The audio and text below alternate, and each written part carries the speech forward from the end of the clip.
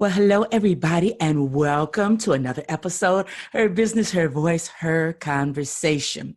Well, each week I bring on people that have reinvented themselves. I mean, they have done some miraculous things, and I've talked to a lot of people, but today's guest, I am at a loss for words as far as it's time to give a proper intro. So I'm just going to tell you one thing. This lady is phenomenal. Her life reads like a movie. So it's complex. There are many moving parts to it. That's why I'm not going to try to butcher it and bring it to you. I'm just going to tell you that I have here with me Leigh Jaynes, who is the 2015 World Wrestling Champion. She won the championship. She brought home the bronze. Does it get any better than that? So welcome, Leigh Jaynes. That's all I'm going to say. And we're just going to take this conversation to the mat, okay? Wonderful. First of all, I'd like to say right off the bat, thank you so much, Margo, for giving me this opportunity to share my story. Anytime an Olympic athlete or really anybody gets a platform to reach out to people and to hopefully inspire them to touch their lives in some way.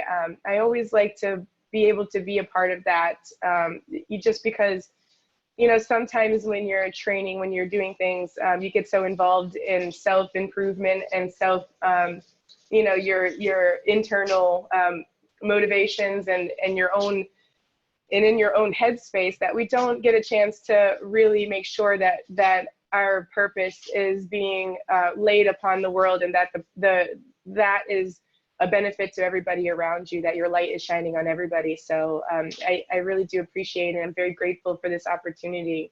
Well, I tell you what, once you peel back the layers here today, people will not only be enlightened and inspired and receive instruction from you, but they are also going to celebrate with you, because as I did research, I found myself celebrating on so many levels. I may as well have the pom-poms out, But Leigh, let's take it on back to the beginning, because we hear Olympic gold, bronze. Oh my God, does it get any better than that? And immediately you don't really realize, unless you're there, you don't realize what really went into reaching that platform and that status. 2015 is not that far behind us. It's very fresh and recent. So will you take us to the very beginning? Leigh Jaynes, what do those beginning days look like, so that as you mount the story up, people will understand why I had my pom-poms out and I'm rah on you every step of the way. Take it from the beginning, madam, please. Okay. All right. So I was born in New Jersey. I was born in New Jersey, and it was a single parent type of situation. My father had already been, and we've made amends. And so I'm not going to share anything with you that me and my father and mother and all that, we all make amends for the past. So I can tell this story without reservation. But my father was in and out of jail for cocaine trafficking and to other violations, and so he wasn't really a part of my early childhood.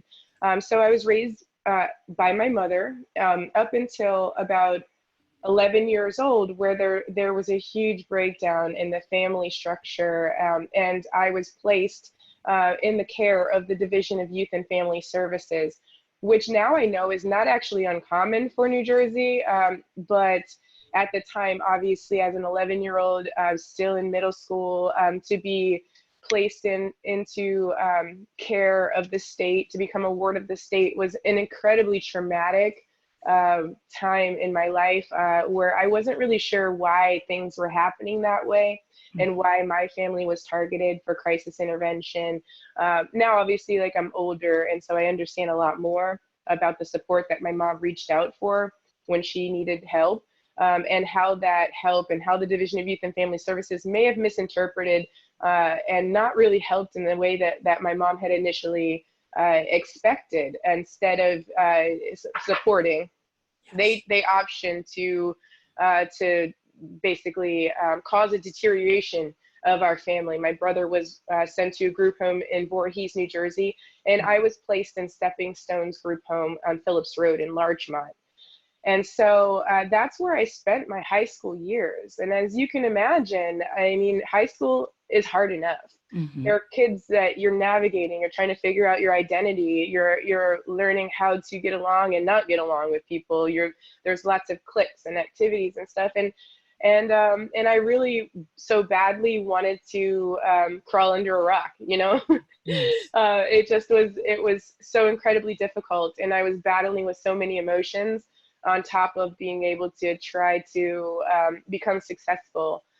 And so at that time, I really determined that my only way to beat the system, to circumvent the system, to rise out and come out of that was to participate in school and to be as good at the activities that I chose to be a part of, and to not really, I really didn't want to go back to the group home, and I tried to be as normal as possible.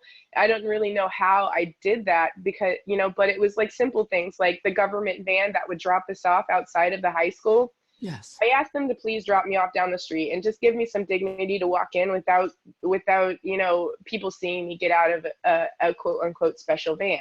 Mm-hmm. You know, and it's just like little things like that. And then I would try to do all my schoolwork and make sure that I got straight A's and I was on honor roll and I was in gifted and talented, and I ended up getting student of the month, you know, once or twice. And I participated in literally every activity that I could get my hands on. Yes. And so, you know, I ran track, I threw for the track team, I cheerleaded. I wasn't that great at cheerleading, but I did it because I wanted to stay at school and stay involved. And then the last thing that I was challenged to do was as a high school senior. I didn't have a winter sport. I was in a youth group that happened to be led by the high school wrestling coach. And I had a bad attitude. I always had a scowl on my face in high school. I was always arguing and fighting and getting into altercations. And you know, while I had a healthy respect for authority, obviously, I mean, being under the system, Mm-hmm. I still had these problems, these issues that I wasn't able to express to everybody, and not everybody understood. I emancipated at 16. And so I was living in and out of houses that would take the boarding money from the state. Mm. And I was challenged to wrestle. They dared me to wrestle. He came over to me in the cafeteria and he says, you know, you always have a scowl on your face and you look like you're ready to fight somebody. Mm-hmm. You know, how about you try wrestling? I don't think you'd last 2 weeks with that attitude. Wow. What a dare. Of course, you know, I'm like, I can do anything I want, you know, and that was the start of it. That was the start. That challenge right there changed my life forever. And I walked up to the wrestling room, and you know, at this point, right, the toughness attitude was a facade. Mm-hmm. You know, I was completely broken. I was completely broken and devastated, and I just had to put on a brave face for everybody so that they didn't really know how damaged I was at the time. Yes. And so I walked up to the wrestling room, and I'm terrified. You know, what have I gotten myself into? Uh-huh. And I look through the window, I look through the glass, and the walls are sweating. Wow. You know, there's condensation around the entire room. It looks like it's about 150 degrees in there, but everybody's working out. The coaches are shouting. People are throwing each other all over the place. And I was like, well, I mean, I told myself that I accepted this challenge. I'm not going to turn around now. Yes. Yes. So I took my first steps as a high school senior in the wrestling room. Mm. What was that like when you stepped in there? Was he surprised to see you? Was the coach surprised that you came through? I think that he was surprised, yes, that the head coach, who at this time, it was unheard of really to have girls in New Jersey participating in wrestling. And it being a co-ed team, I was participating against boys. And so there was a healthy skepticism. What is she here for? What reason? What's the purpose? Where's she going to go from here? Why? You know, and is she going to be a distraction? And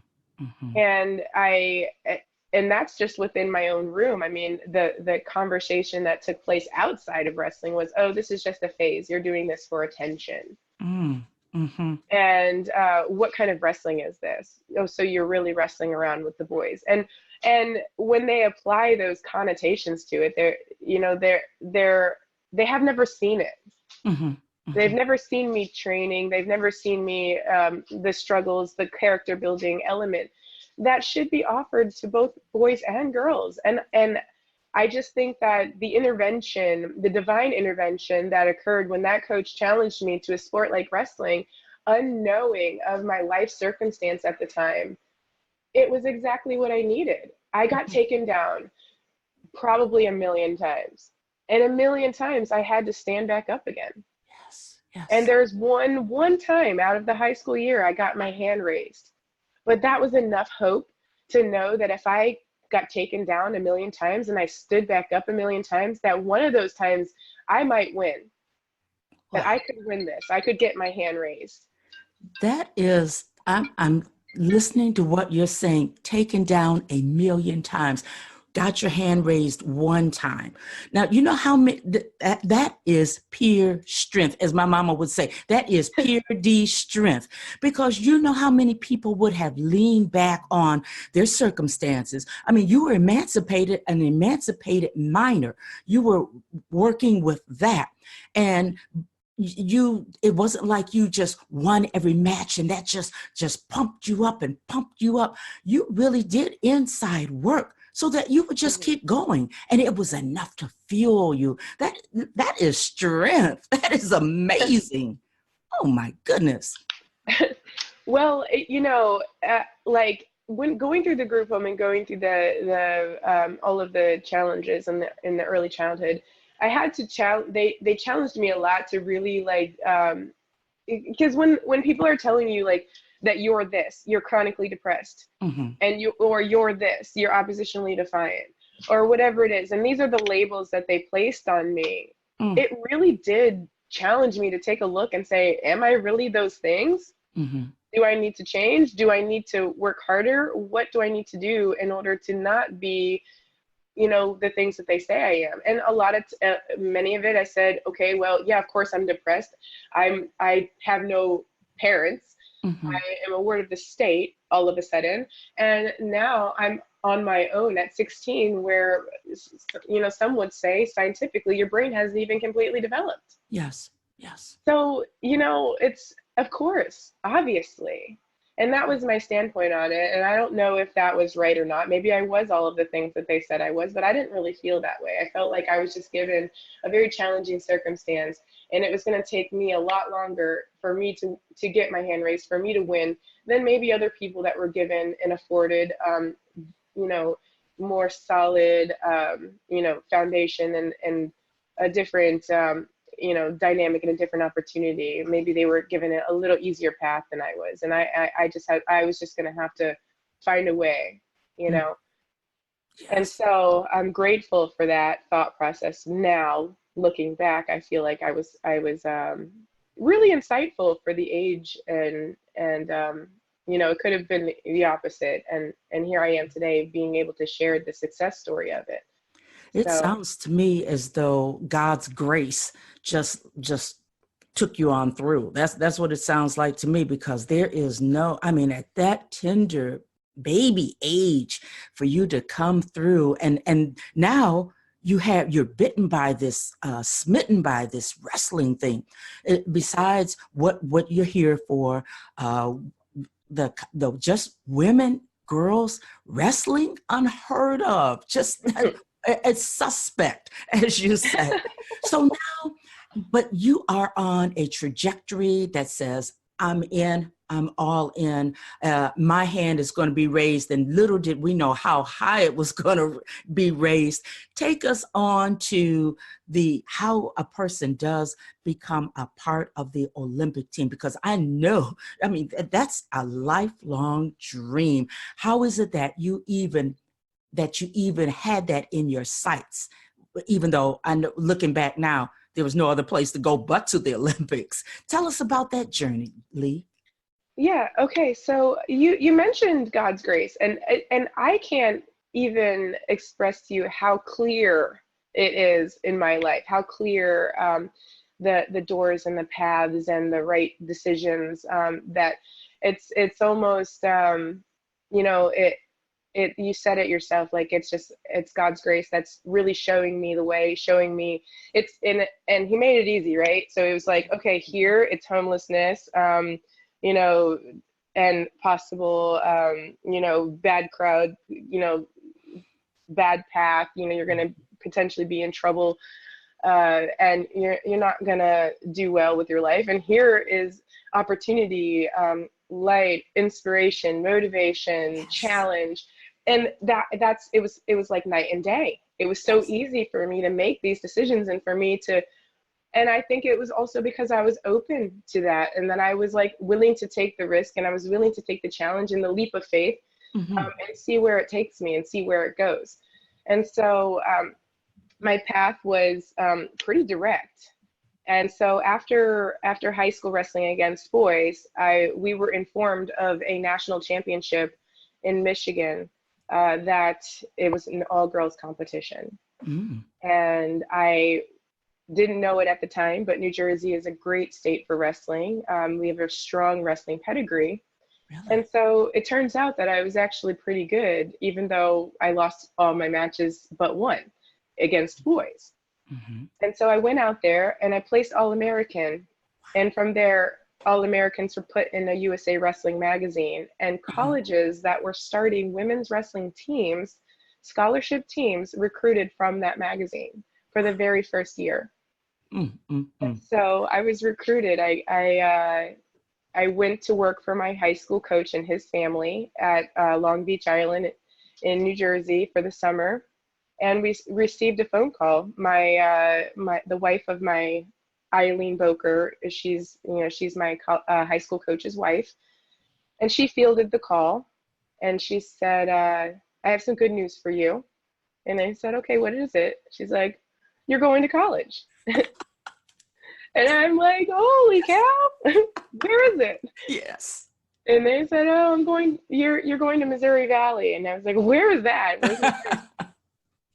And so they packed me up, and they paid my friend Kelly Robbins a little bit of money, Uh-huh. not enough at the time. I didn't know how much it cost to get to Missouri, Yes. but they dropped me off at Missouri Valley College, and I received an academic scholarship because of my grades, and I received an athletic scholarship, and I just had a little bit of a remaining balance. Mm-hmm. They didn't I didn't really understand how FAFSA worked. I didn't really have a lot of guidance on that. And so I feel like at this, I probably would have gotten a little bit more in financial aid had we really had the proper documentation for the word of the state. Yes. But I was happy to be there. I was thankful that I got, an opportunity to continue my education, to get a degree. That Mm-hmm. was very important to me. And I get to continue my wrestling journey with other women who also wrestle. So Yes.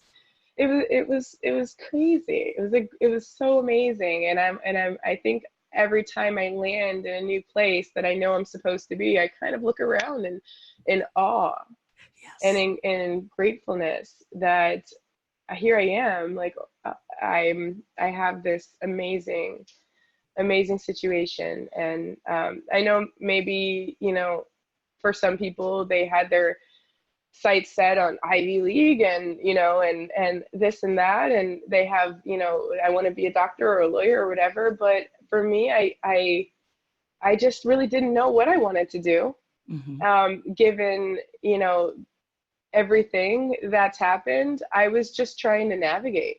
Yes. And Yes. so I was very grateful to receive that phone call from Missouri Valley College. And because of my gratefulness, I tried as hard as I could, as hard as humanly possible, to represent that school that gave me that opportunity to the best of my ability. Yes, And yes. so to cover my remaining balance, I joined the Army.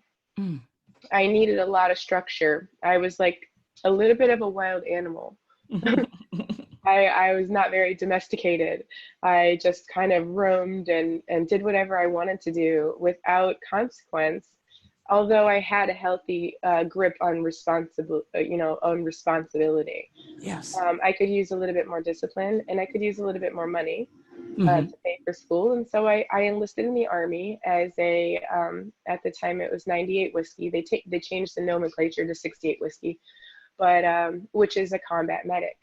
Mm. And I served at the 5502nd, or no, excuse me, that was my second unit. I served at the 325th Field Hospital in Independence, Missouri, doing drill duty while continuing at Missouri Valley College. Wow. Wow. So my first 2 years, I was pretty bad at wrestling. I didn't win very many matches. But after I joined the Army, I believe the discipline and the peace of mind that the financial aspect of the Army gave me, I went on to become a two-time All-American and a college national champion my last year. Wow. Structure, So, the yeah. discipline, the mind set shift. Sounds like things were just still lining up, and internal things were changing for you. Your mind shifted somehow, some way. Would you agree with that, Leigh? Definitely. When you first get to college, I mean, I had already been independent for 2 years prior to arriving at college. Mm-hmm. So, I didn't get the same crazy freedom impact that maybe some of my teammates and some of my classmates. They're arriving, they have this new freedom, they can go and party and do things that I had already been independent, so I Mm-hmm. wasn't really enticed by that lifestyle. I knew for me particularly, the path to success was going to be me tightening the reins a little bit on myself Mm-hmm. and making sure that I could focus, because you got to think, Margo, there's nobody there that's going to bail me out. That's it. If That's it. I failed, there was no safety net. Mm-hmm. If I went to jail or I flunked out, I was responsible for everything that I did. The accountability for my actions, there was nobody that was going to come and scoop me up if I fell. Gotcha. So I was really at the time like very, very afraid to fail. And then when I lost in matches, I took it really hard. It would take me a long time to recover from failure, from loss, because I knew how my life depended on it. Yes. Yes. But you did fail, and you get up, you fall, and you get up, and wow. Take us, Leigh. This story is just mounting up. You are serving our country, and thank you for doing that. Thank you so very much. I think it was a total of 14 years you were in the Army. I did 12 years, 12. some of it active duty and some of it I as a reservist. And I ended up doing the Green to Gold ROTC program so that they could pay for my master's degree. Wow. And so I ended up taking a master's, which is where my business idea came from during my business management classes. And so I ended up commissioning for officer for the United States Army and the Medical Service Corps, and receiving my master's degree from Missouri Valley College at the same time. Girl, get out of here. Now, see, that's why I got my pom-poms out. Get out of here. This is what I'm talking about. This is the real deal. Somebody better do a movie. That's all I have to say. We have to see this. We have to see this on the big screen. I hate to break in, but I am about to just bust. And wait a minute. You haven't even got to the pinnacle part of what everything is, the crescendo of the story. And I'm looking at the time, and this is just incredible. So, Leigh Jaynes, You are an officer in the Army. You not only went to Missouri Valley, you went on and got your master's with your bad self. And now take us on, and you're not winning every wrestling match, but that's okay, because take us on to what happens 2015. Mm-hmm. Yeah, so I did win my last year of college. I did win every single match in college. So that was crazy. Once I commissioned, we had an officer, Lieutenant Colonel Dazens, and he was the Viking detachment leader for the Wentworth Military Academy, where I received my commission. He says, "Oh, you wrestle. I heard you wrestle. Did you know the Army has a world-class athlete program? And they provide active duty pay for athletes to achieve their goals of becoming world and Olympic champions while representing the United States and the United States Army." Oh my. And I mean, this is like a gasp, it's like, really? And they have women on their team. We have two very successful women, which was Iris Smith, who was a world champion, and Tina George, who was a two-time world silver medalist. And I was blown away. Okay, I have this opportunity now. I didn't know where I was going after college. So it was like, it's literally on the stage. He tells me that, okay, here's this opportunity. You should apply. Yes. And I went to nationals that year. The first round, I wrestled Tina George. Two-time world silver medalist, Tina George. Wow. And I pin her. Holy cow. I'm so excited that I lose my next match. I'm like, to somebody else. I was so excited. I was like, oh my gosh, this is huge for me. Yes. I went on to take fourth because I ended up wrestling her for the third place set. And she was so mad that she terrorized me in that match. Like she was so upset. And as I learned, of course, she's a champion. So she didn't like losing. And, a funny story, I'm sitting in the office years later at the Army World Class Athlete Program, and I look up and it's a picture of me and her wrestling, and she had drawn armpit hair under my arm. Like, I was like, oh, she's still bitter. She's still bitter about that loss. Yeah. It's like, I don't remember having that much armpit hair. That's funny. So anyways, I mean, I let the cat out of the bag. I made it into the World Class Athlete Program, but not the first try. Because I placed fourth at the National Championship, the Women's Senior Open. So when you say Women's Senior Open, that's like when Serena Williams wins her big championships. That's what it is for wrestling for us. And so I placed fourth at that.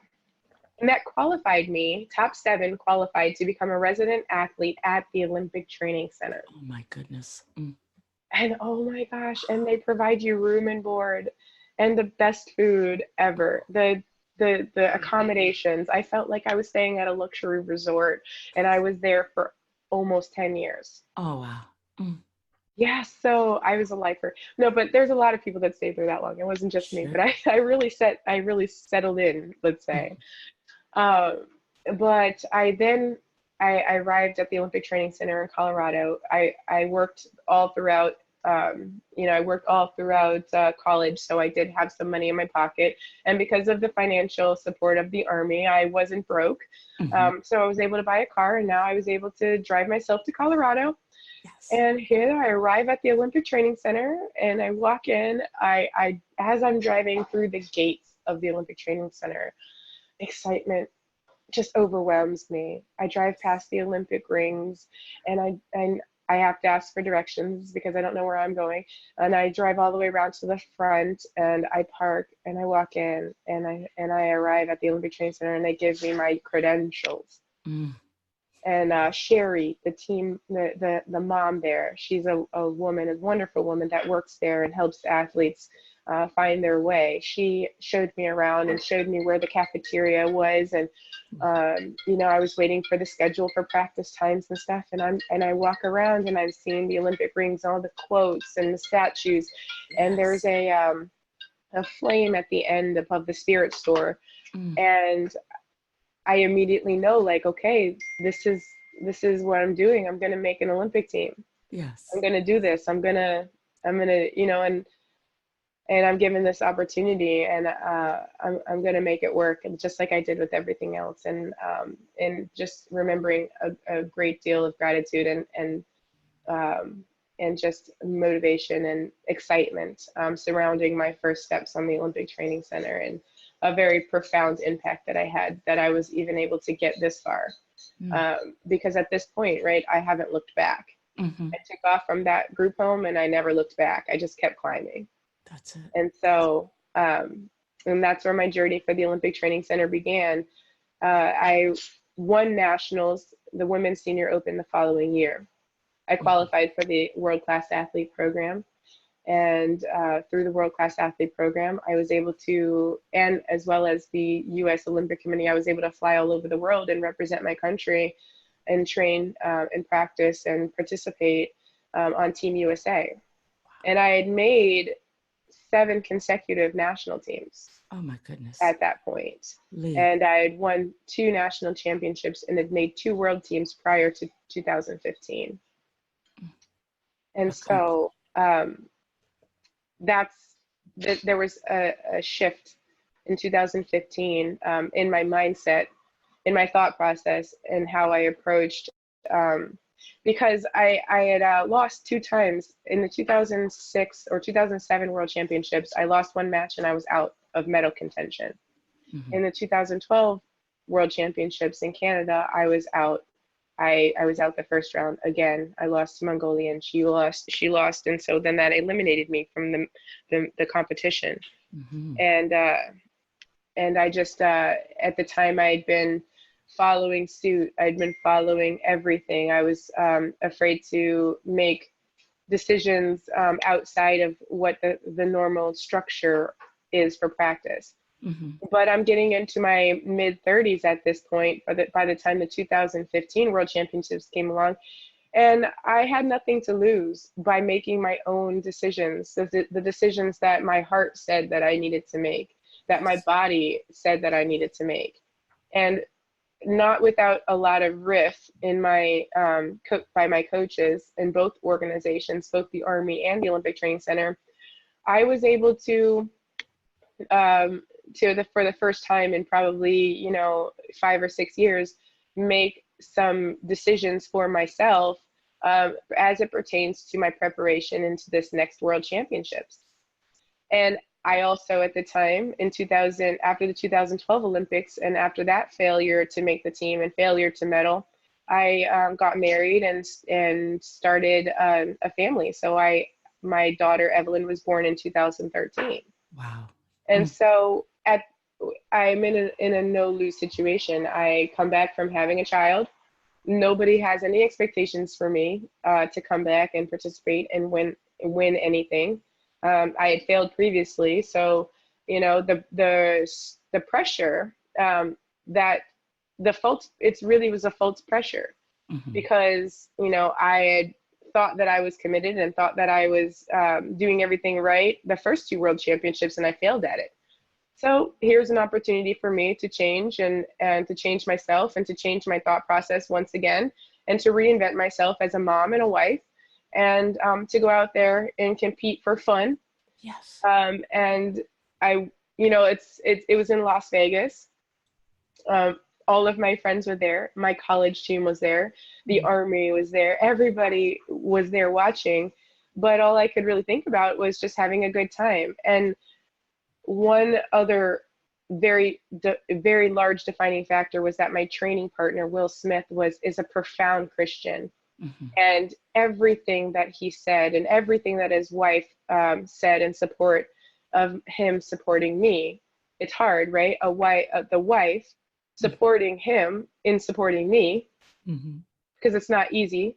It's to do a co-ed partnership, but because of, I think, his faith, and because of the way that he approached life and how he handled me. They were praying for me. They were talking to me with good words. He was in my ear with positive thoughts and positive energy and words that were going to inspire me. It was, and he was able to selflessly give me the things that I needed to prepare for that competition. And I went in just with a smile on my face, just excited to participate. It just blown away and grateful for me to be able to wrestle at 35 years old after having a baby, to go out there and wrestle in front of my friends and family. And my dad was there for the first time ever.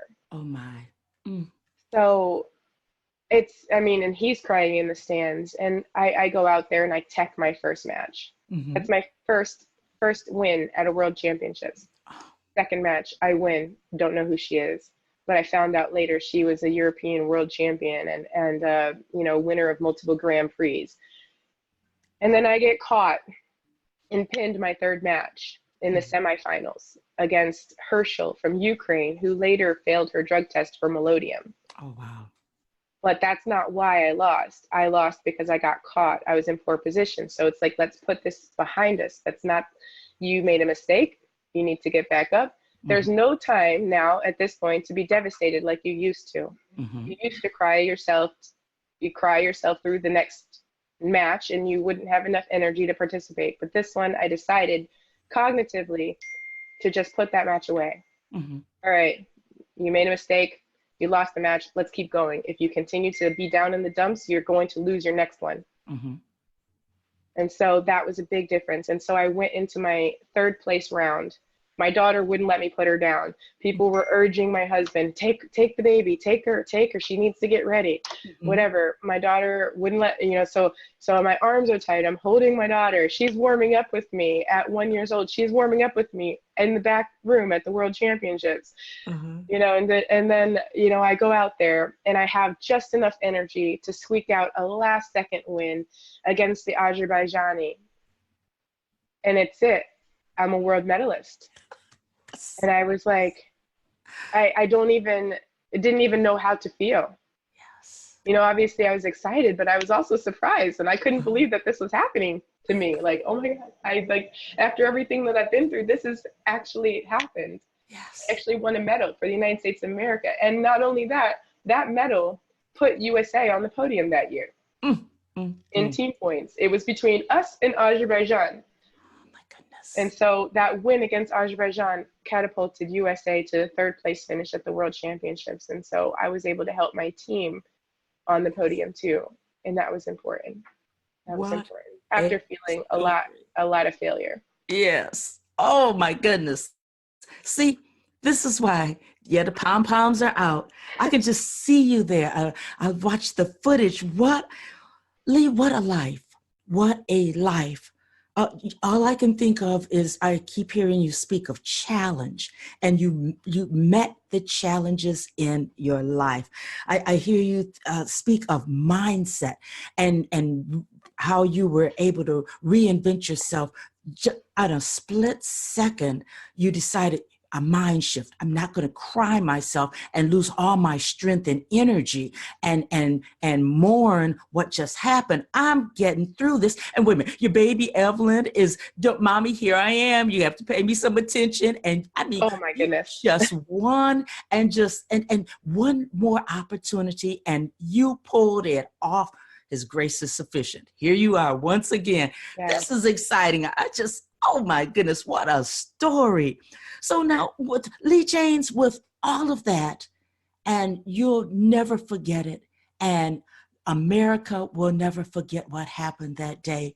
What is on the horizon now? Because you made mention of when you were going for your master's, there was a business plan that you had, business idea you had in mind. Are you working on that now? Here we are, 2019. What are you working on? What's going on right now? Are you at liberty to give us any information at all? Yes, of course. I'm going to say one more thing about my daughter. My daughter she hijacked my interview after my press conference. So if you go and you see the interview where I criticized myself because I said a ton in that interview because I wasn't practicing my speech skills at the time. But my daughter hijacked that interview, and she's like, yeah, hello, mommy wins. Yeah. So cute. Oh my goodness. Okay, so moving on. Okay, so women's wrestling is really new. And because of that, I noticed that we didn't have a lot of availability so in gymnastics, you wear a leotard, right? All the gymnasts, Gabby Douglas, she wears those sparkly, glimmery, shimmery, and it fits like a glove. All of the gymnasts look really professional and squared away. That's just their culture. And women's wrestling, we were still wearing men's clothes. We were still wearing men's uniforms because this is a male-dominated sport. We weren't sanctioned yet.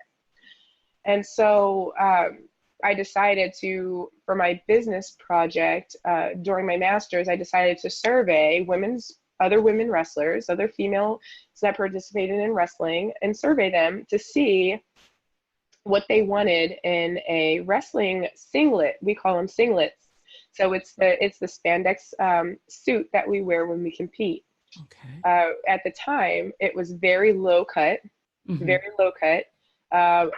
underneath the arms, and the neckline was very low. And as you can imagine, we're wrestling, and this isn't really a good image to put on when you're trying to gain acceptance and respect.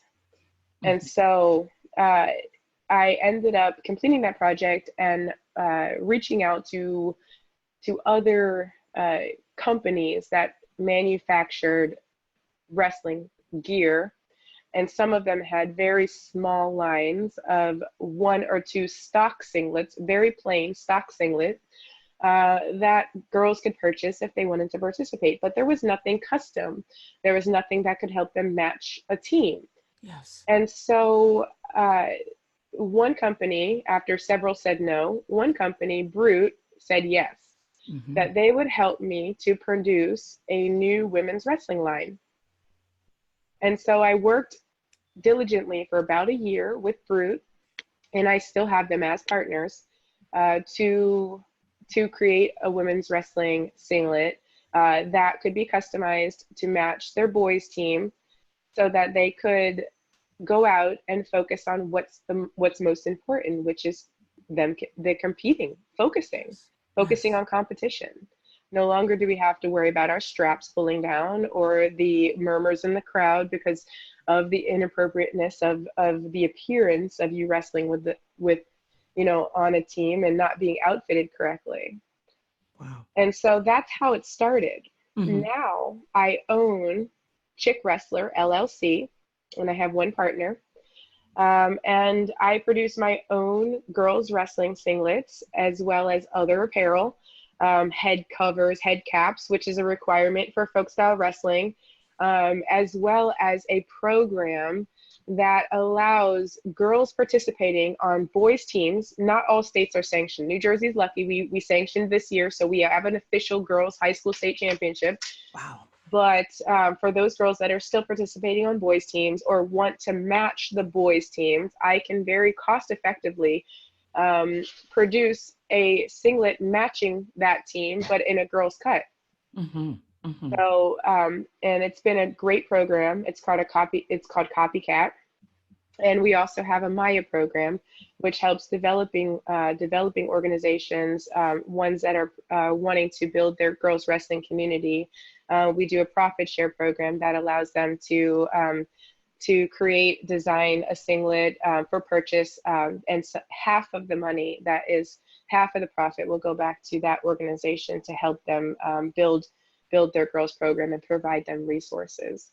Wow. So that's the first business, Chick Wrestler. It's women's wrestling apparel. It's girls wrestling. I believe I'm the only company that focuses on girls wrestling apparel. And so if there's a need, I definitely want to fill it. So I always welcome anybody reaching out and saying, hey, is there a possibility we can make the inseam longer?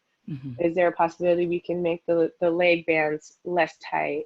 Whatever it is that my mission in that company is to support the growing needs of girls wrestling, and to be able to conceptually problem solve any of those things that they might have. Too low cut singlets, ones that you can see through. Material choice is huge. We should not be out there you know, worried about whether you can see through your singlet or not, whether the inseam is too short, whether the neckline is too short or whatever, things like that. So those are details that only come from an insider. And it sounds to me like it's so very necessary now that girls are getting into wrestling. And I mean, they have a marvelous role model. And now that the girls wrestling is going to expand, there is definitely room for, if my daughter, if she were a wrestler, I definitely want to have you outfit her, because representation is everything. You represent yourself very well all throughout your life, no matter what. I'm listening to your conversation. What I know for certain is that you have represented yourself well. You represent the United States of America well, and now you are representing the next generation and the current generation of girl wrestlers, female wrestlers. And I salute you and commend you for that. Thank you, Leigh Jaynes. Thank you for sharing your awesome, awesome story. I so thank you for this time. I'm very appreciative, Margo. Thank you so much for the opportunity. Well, I just have one other question. Mm-hmm. How do people get in contact with you? Okay. I do have a website. My website is leighjaynes.com. Mm-hmm. And that's my personal website. I'm most active on my Instagram for social media.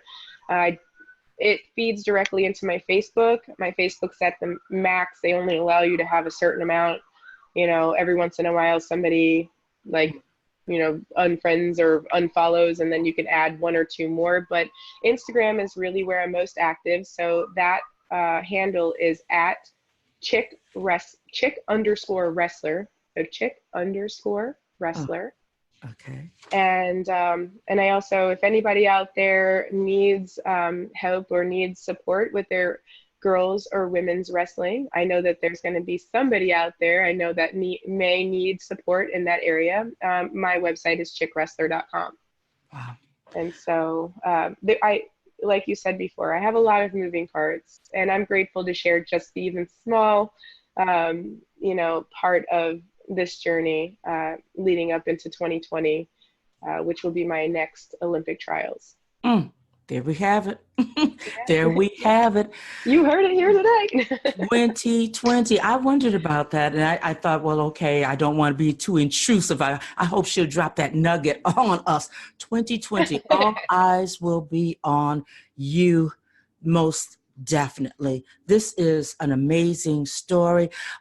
I am looking forward to a movie. I am looking forward to, and as a matter of fact, this could definitely be a series. There's no way they could tell your story in one event. This would have to be a summer series or something. So I'm truly hoping that somebody will hear this and take it to heart, because we only touched there are some other questions I wanted to ask, but I had to let you just get the story out. It's just so huge. And then, of course, there's always opportunity. I'm praying somebody will go ahead and give you a ringy-dingy-ding and say, hey, I want to write a book. Let's do this thing. So thank you again. You're so wonderful. Thank you for all the positive energy. Thank you so much. Oh, you know what? You came when we first had our conversation. We just took over the conversation. And did you notice that the men just let us go on and speak? I was over. I thought, hey, they don't have to say anything. We got this. This is so exciting. This is so wonderful. And this is what it's all about. Women being able to tell their story, their magnificence just shining through, because your win, when you were on that platform and you had that bronze medal hanging around your neck, you had the nation there. And whatever happens in 2020, we will be there and will always know that you're a winner. You are a Peer D winner, and there's nothing less on the horizon for you. So I just had to get that out. I just wanted to tell you, hey, so We, most of the time, Her Business, Her Voice, Her Conversation is a 30-minute show, but today we have gone on almost an hour. I want to thank the listeners for hanging out with us today. You definitely know that it was well worth your time. Share this episode out. You're going to have to go ahead and get to a quiet place and listen again, because there's the inner mechanisms, the inner workings that Leigh Jaynes made us privy of. And I want you to make sure, if it worked for Leigh Jaynes, some of these principles can work for you also. The mindset shift, you see what she had to come away from. You see the opportunities that were there and were not there for her. So apply what she has used, and you go out and be a champion. You go out and reinvent yourself, because Leigh Jaynes did it. I did it. You can do the same thing. So this is Margo Lovett. I'll be back next week with a brand new episode. And in the meantime, go over to my website. My book is over there. It's all about my reinvention. And if you want to understand how to become a podcaster, you want to create your podcast, you want to launch your podcast and have a platform where you can tell your stories, I'm also training people on how to do that. All the information is right there. So until next week, let me say thanks for listening, and bye-bye.